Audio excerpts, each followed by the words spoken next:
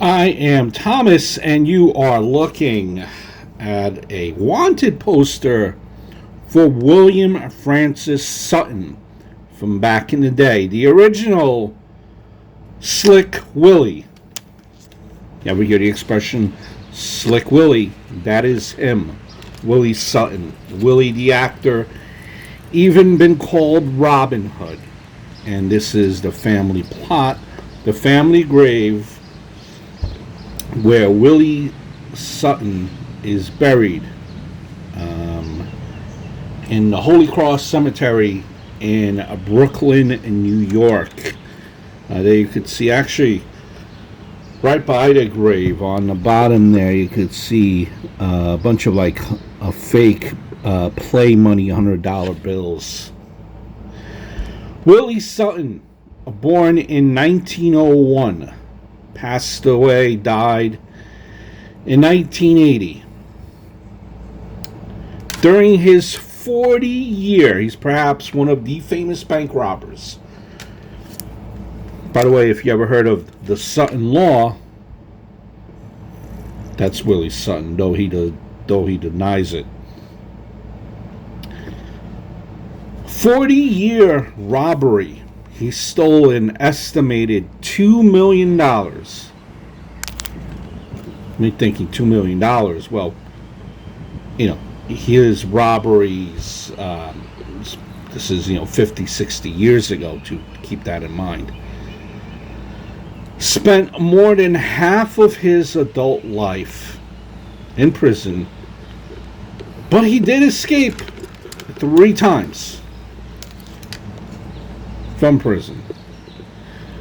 He was born in Brooklyn, New York. And coincidentally enough, bank robber that lived on the corner of Gold and Nassau Streets. How about that? Gold, bank robbery, get it? He was of Irish descent.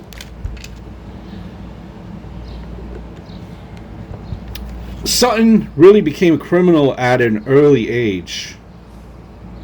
Though, to his credit, or I guess, in his professional criminal career, does that even sound right?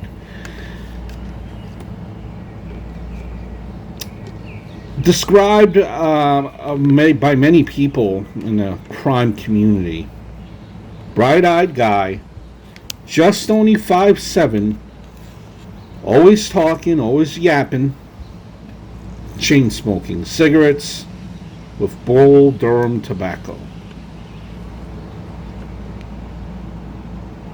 And Suton, being that he had a little bit of a diarrhea mouth, he would provide mounds and mounds of legal advice to any convict willing to listen. Keep in mind that Willie Suton has been through the legal system and spent, again, more than his adult life in jail. He was considered by many, Willie Suton, in the prison systems there, kind of this old, wise old head, a grizzly vet.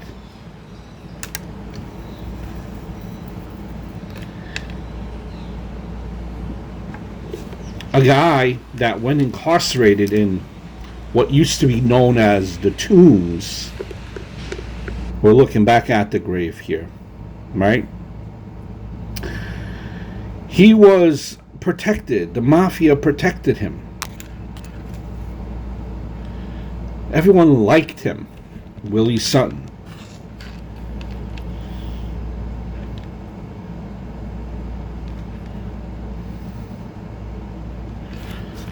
People from back in the day, years and years ago, when Suton was at his height of just committing bank robberies, they said that Suton made bank thieves Jesse James and John Dingler. Did I say Dingler? Dillinger. look like amateurs. There you see the fake money to symbolizing Willie Suton, who is buried there in a family plot. Mary Suton, James Suton. Though I don't see, I don't know why his name is not engraved in there. It's unmarked. There's another William Suton that passed away in 1939. That's not him. He passed away in 1980. Now, Suton, he usually carried with him a pistol, a Thompson submachine gun. Now, he would say, you can't rob a bank on charm and personality. Oh, no, no, no.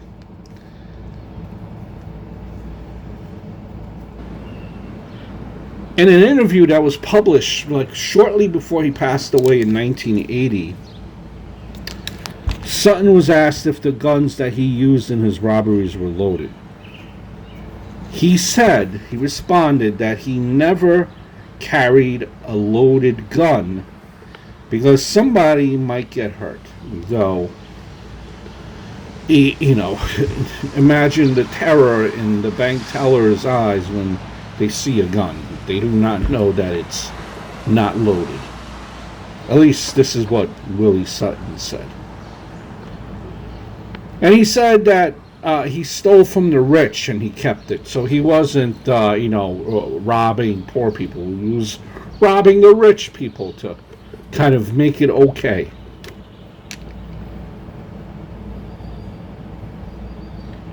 And because of this, what he would say, that the gun was never loaded, he would just rob the rich. They called him a Robin Hood. And he also said that, he would never rob, that he never robbed a bank when a woman screamed or a baby cried. This is according to Willie Suton, a bank robber, a conniving, charming bank robber. Take it for what it's worth. He goes as far back as being arrested in 1931. 30-year sentence, escaped in 1932. Using a smuggled gun and holding a prison guard hostage. With the guard used as leverage, Suton acquired a 45-foot ladder to scale the 30-foot wall of the prison grounds. Suton resurfaces in 1933, where at that point he tried to rob the Corn Exchange Bank in Philadelphia. He used a disguise at that point as a postman, but an alert passerby foiled the crime. January of 1934, he and two companions broke into the same bank through a skylight.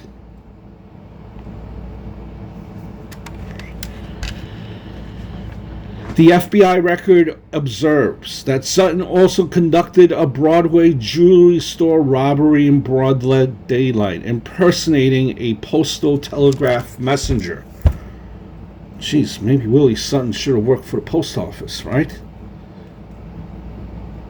Now, Suton would have a habit of arriving at the banks or stores that he would rob shortly before they opened for business. Suton was caught in 1934, sentenced to 25 to 50 years in the Eastern State Penitentiary in Philly for the machine gun robbery there of the Corn Exchange Bank. Again, in 1945, he escapes, one of the 12 convicts who escaped that prison through a tunnel. Convicts broke through to the other side during daylight hours, and they were spotted immediately by passing police. 12 men were forced to flee the scene, all being quickly apprehended. Suton was recaptured the same day by Philly police. This time again sentenced to life imprisonment as a fourth-time offender. He was transferred to a county prison. In 1947, again, no surprise, Suton and other prisoners dressed as prison guards carried 2 ladders across the prison yard to the wall, and this was after dark. When the prison searchlights hit him, Suton yelled, "It's all right." No one stopped him.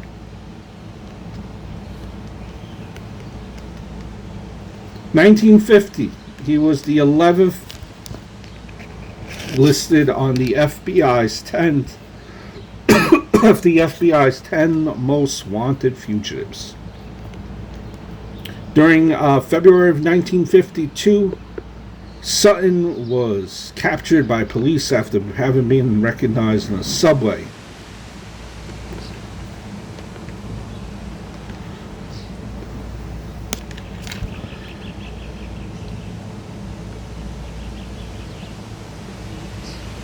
Poor Willie's luck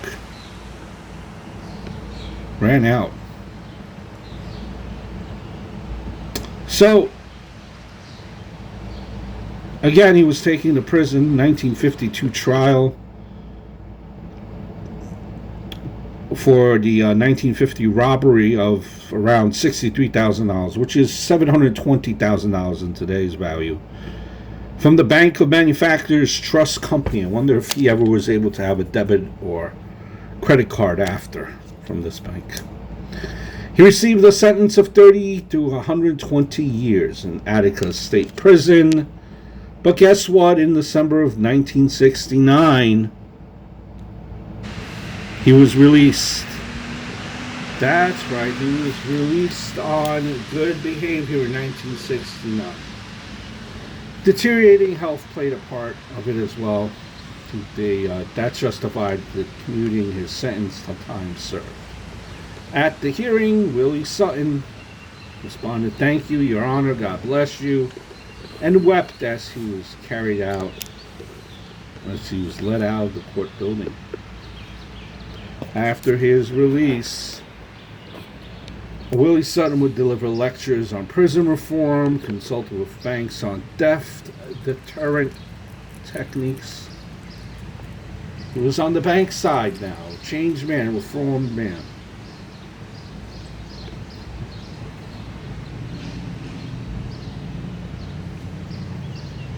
How about that?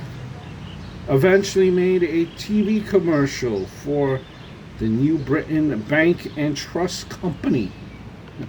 Working with the banks was Willie Suton. And, he